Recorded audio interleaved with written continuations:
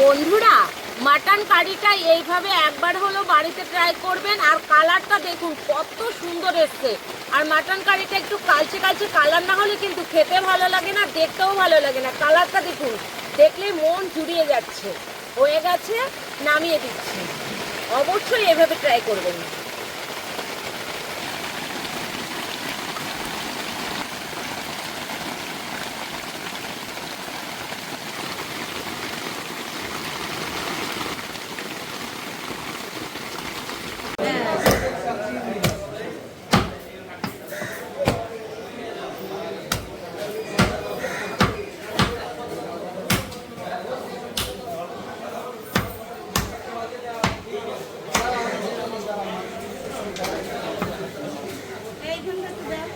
গাড়ি আসেনি আজকে।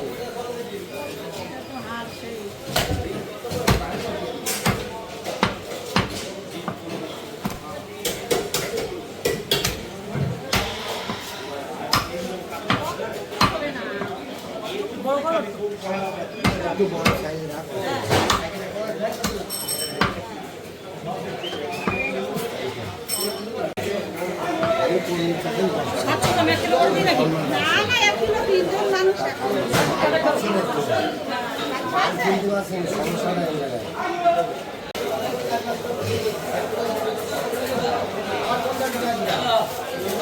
নমস্কার বন্ধুরা, স্বাগত জানাই জবার রান্নাঘর উইথ ভিলেজ ফুডে।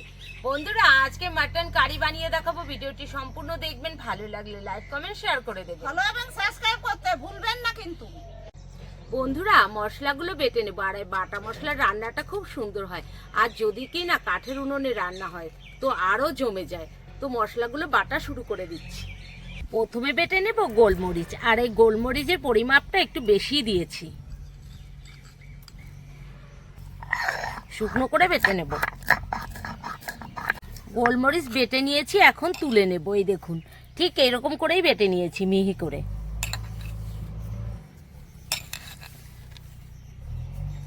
বন্ধুরা, আলু দুটো কেটে নেব।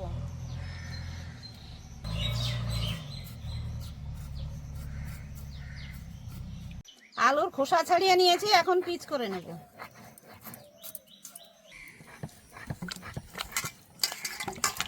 পেঁয়াজগুলো কুচি করে নেব।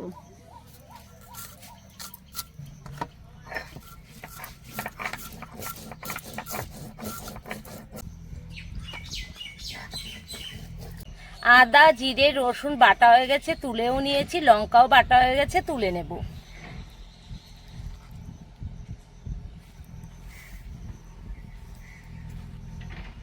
কড়াই বসিয়ে দিয়েছি, কড়াই গরমও হয়ে গেছে। এইবার দিয়ে দেব তেল। একবারেই আমি তেলটা দিয়ে দিচ্ছি। তেল গরম করে নিয়েছি, এইবার দিয়ে দেব আলুগুলো। খাসির মাংসের আলু তো, তার জন্য একটু আলুগুলো বড় বড়ই কেটেছি। দিয়ে দেব অল্প করে লবণ, অল্প একটু হলুদ গুঁড়ো। এবার ভালো করে ভেজে নেব। আলুগুলো ভালো করে ভেজে নিয়েছি, এবার তুলে নেব।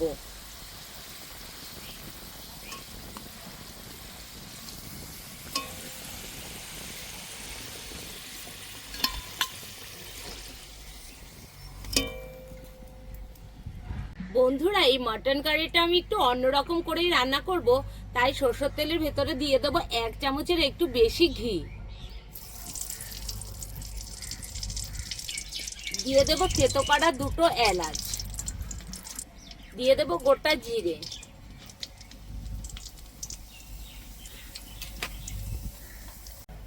এলাচ আর জিরেটা দিয়ে ভালো করে ভেজে নিয়েছি। সুন্দর একটা গন্ধও বেরিয়ে গেছে।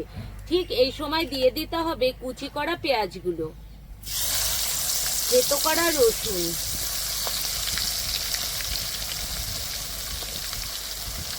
এইবার দিয়ে দেব কুচি করা টমেটো। একসাথে দিয়ে দেব কাশ্মীরি রেড চিলি পাউডার। এবার ভালো করে ভেজে নেব। এই কাশ্মীরি রেড চিলি পাউডারটা তেলের উপরে দিলে পেঁয়াজ আর টমেটো থেকে যে জলটা ছাড়ে সেক্ষেত্রে কিন্তু পুড়ে যায় না, আর কালারটাও খুব সুন্দর আসে।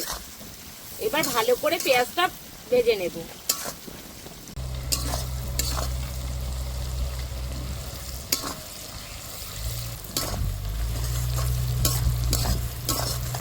বন্ধুরা, এই মাটন কারিতে অবশ্যই আপনারা পেঁয়াজগুলো খুব লালচে করে ভেজে তুলে নেবেন। পেঁয়াজগুলো ভালো করে ভেজে নিয়েছি, দিয়ে দেবো আদা বাটা, রসুন বাটা। আদা রসুন দিয়ে কিছুক্ষণ নেড়ে নেব। আদা রসুন দিয়ে কিছুক্ষণ নেড়ে নিয়েছি, আদা রসুনের কাঁচা গন্ধ চলে গেছে। এবার দিয়ে দেবো জিরে বাটা, শুকনো লঙ্কা বাটা,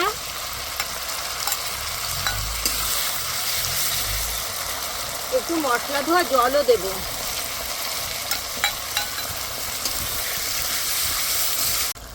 দিয়ে দেবো স্বাদ মতো লবণ,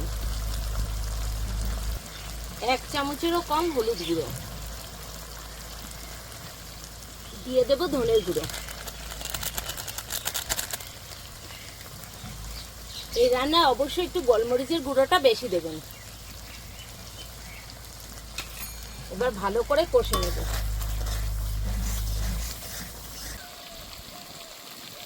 মশলা থেকে তেল ছেড়ে দিয়েছে, এইবার দিয়ে দেবো মাংসগুলো।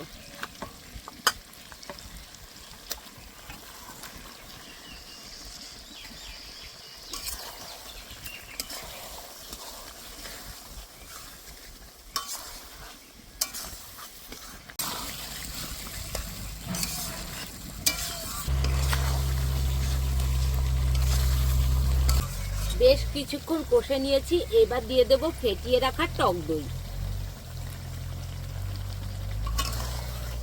টক দই দিয়ে ভালো করে কষে নেব।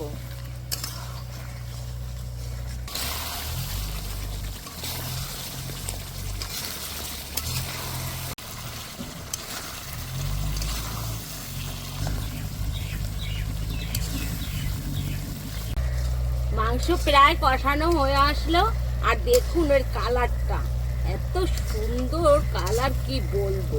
এই দেখুন কালারটা, দেখুন শুধু মাংস কালারটা কি সুন্দর এসছে। এইভাবে রান্না করলে কালারটা দুর্দান্ত আসে। দেখুন কালারটা।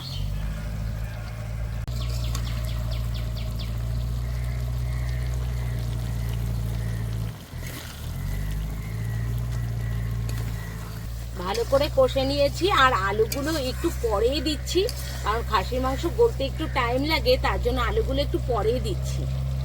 দিয়ে দেবো ভেজে রাখা আলু।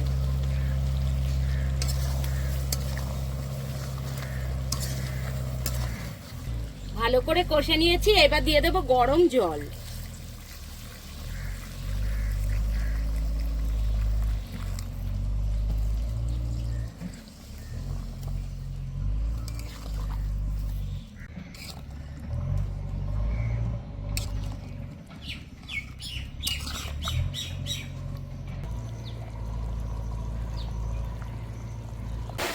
বন্ধুরা, রান্না করতে করতে এত ঝড় উঠেছে, তার জন্য উনুন টুনুন সব বন্ধ করে রাখতে হলো। এবার দিয়ে দেবো বাটা গরম মশলা। এত ঝড়ের জন্য রান্নাটা আজকে ঠিক করে করতেই পারলাম না।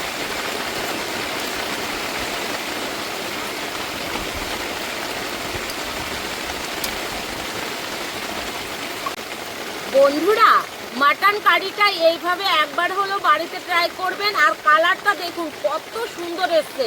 আর মাটন কারিটা একটু কালচে কালচে কালার না হলে কিন্তু খেতে ভালো লাগে না, দেখতেও ভালো লাগে না। কালারটা দেখুন, দেখলেই মন জুড়িয়ে যাচ্ছে। হয়ে গেছে, নামিয়ে দিচ্ছি। অবশ্যই এভাবে ট্রাই করবেন।